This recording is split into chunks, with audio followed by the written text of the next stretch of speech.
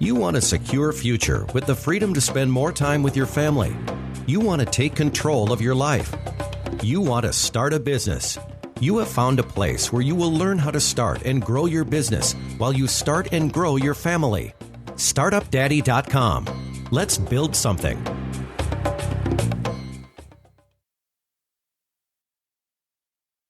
Hello, and welcome to another edition of Startup Daddy. I'm your host, Ian Gordon. First, I wanted to thank everyone who dropped comments on the blog or hit me up on Twitter about the last episode. We have a great little community here, and supporting each other as we struggle to accomplish our goals is awesome. It looks like I'm not the only one losing sleep. So grab a cup of coffee and settle in, because today I'm going to talk about some books that I recommend for people who are just starting out in business. I get asked about books a lot, so I made a page on the site that I call Recommended Reading, and I thought it might be interesting to make an episode out of it. I also thought that it might be interesting to turn this into a video, so I did that too. I'm going to build out my YouTube channel to broaden my reach. So if all works as intended, you'll be able to watch or listen in your iPod or your iPhone or your Zune, or watch on the site or on YouTube. We'll see how much extra work it is and your feedback, and maybe I'll do it this way more often. So let's get into it. The best business books when you're just starting your business. If you only read one book about starting a business, please read The E-Myth Revisited: Why Most Small Businesses Don't Work and What to Do About It by Michael Gerber. I've talked about the E-Myth before, so I'll just say that it's about the myths surrounding starting your business. Gerber walks you through the steps in the life of a business, from the beginning, through the growing pains, and into the mature process. It's a quick read, and it's a must-read for anyone starting a business. Speaking of getting started, here are some books that I really think do a good job of putting you in the right mindset to start a business. The first is Rich Dad, Poor Dad: What the Rich Teach Their Kids About Money That the Poor or the Middle Class Do Not, by Robert Kiyosaki. This is really about money. He talks about what his father, the poor dad, and his mentor, the rich dad, taught him about money and amassing wealth. It's a life-changing book for many people, and it's also a quick read. Another great book about starting a business is The Art of the Start: The Time-Tested, Battle-Hardened Guide for Anyone Starting Anything, by Guy Kawasaki.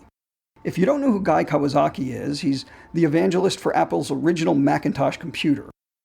He became a Silicon Valley venture capitalist and an A-list blogger. He parlayed Twitter into his latest thing, which is AllTop, which aggregates feeds and creates a virtual magazine rack by subject of all the blogs and websites on the internet. According to the author, The Art of the Start will give you the essential steps to launch great products, services, and companies.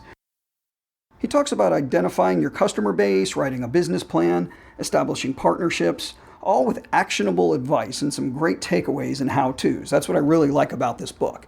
He talks about specific things you can do to make your business plan better or your presentation better. So a lot of actionable takeaways from that book. Bring a highlighter, and I think you're going to like that one a lot.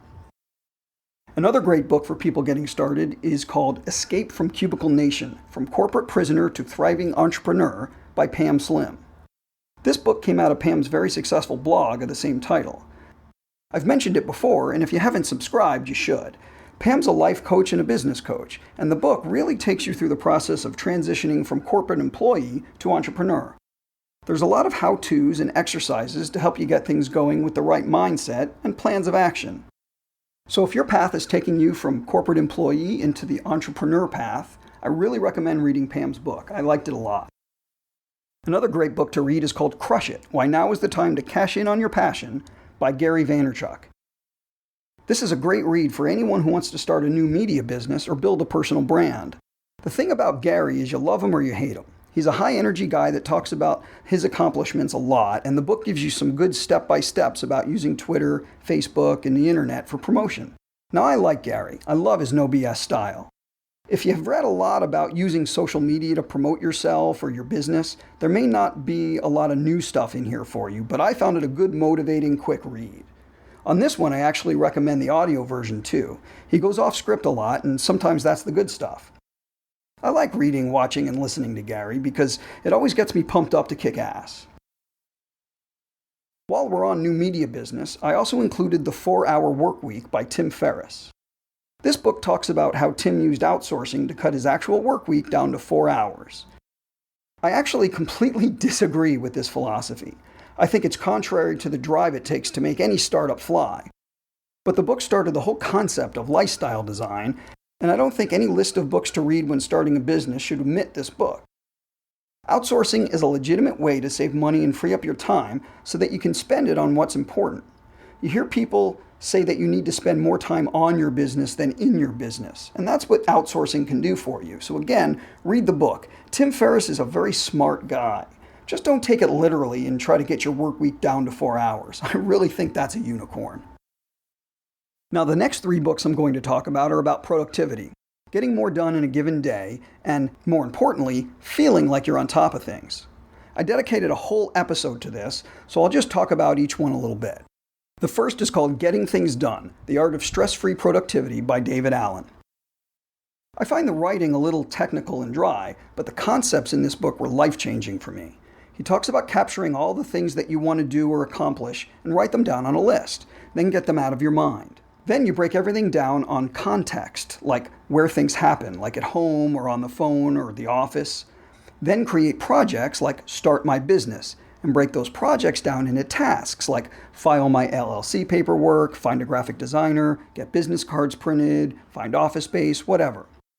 Then you create lists based on what you need to do where you are. So for example, when you find yourself in the back of the cab for 20 minutes with a cell phone, you just take out your calls list and knock it out. If you're in front of your computer, you look at your computer list and knock that out.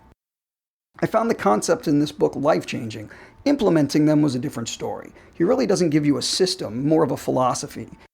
It was a great book, but it didn't get me all the way there. The 7 Habits of Highly Effective People by Stephen Covey was another book so well written it created a whole industry for the author. He uses anecdotes to teach his points and says that before you can adopt the 7 habits, you need to change how you perceive and act regarding productivity, time management, and positive thinking. This is one of those books you want to buy in paper, not the Kindle or iPad, because you highlight and tag it a lot. Now, Leo Babauta's ebook, Zen to Done, takes the big concepts of both of these books and breaks them down in his own unique style in a way that I was able to relate to and act on a lot better. It just worked better for me. So that's why I recommend that one. Now, I want to make that point a little better. Most of the big business books are going to affect you different than they do others. You should get in the habit of reading as many as you can to expose yourself to as many philosophies and ideas as you can. Take what resonates with you and leave the rest. At the least, you'll have more to talk about at networking events. At the best, you can get something that shifts your perception in a way that makes your business better and makes you money. Now, as I mentioned, I created a new page under the resources section of Startup Daddy called Recommended Reading. I put some of the books that I really liked on it. I don't have time to talk about all of them in one episode, but stop by the site and check them out. The links are all Amazon affiliate links, so if you go there and buy a book, I make like 60 cents or something. You don't get rich on Amazon links, but every bit counts.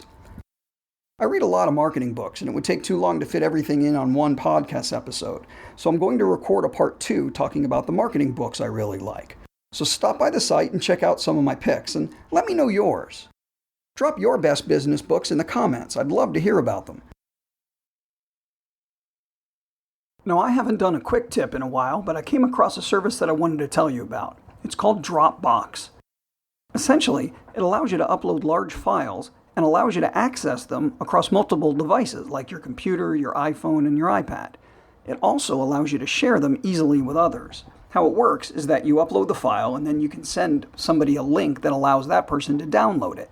This can be really useful if you have, well, first of all, if you have multiple devices like I do, but also if you find yourself in the position of having to share large files with others. So if you're a freelancer and you have to send large graphic files or any situation where you need to send a customer a file that's too big to email.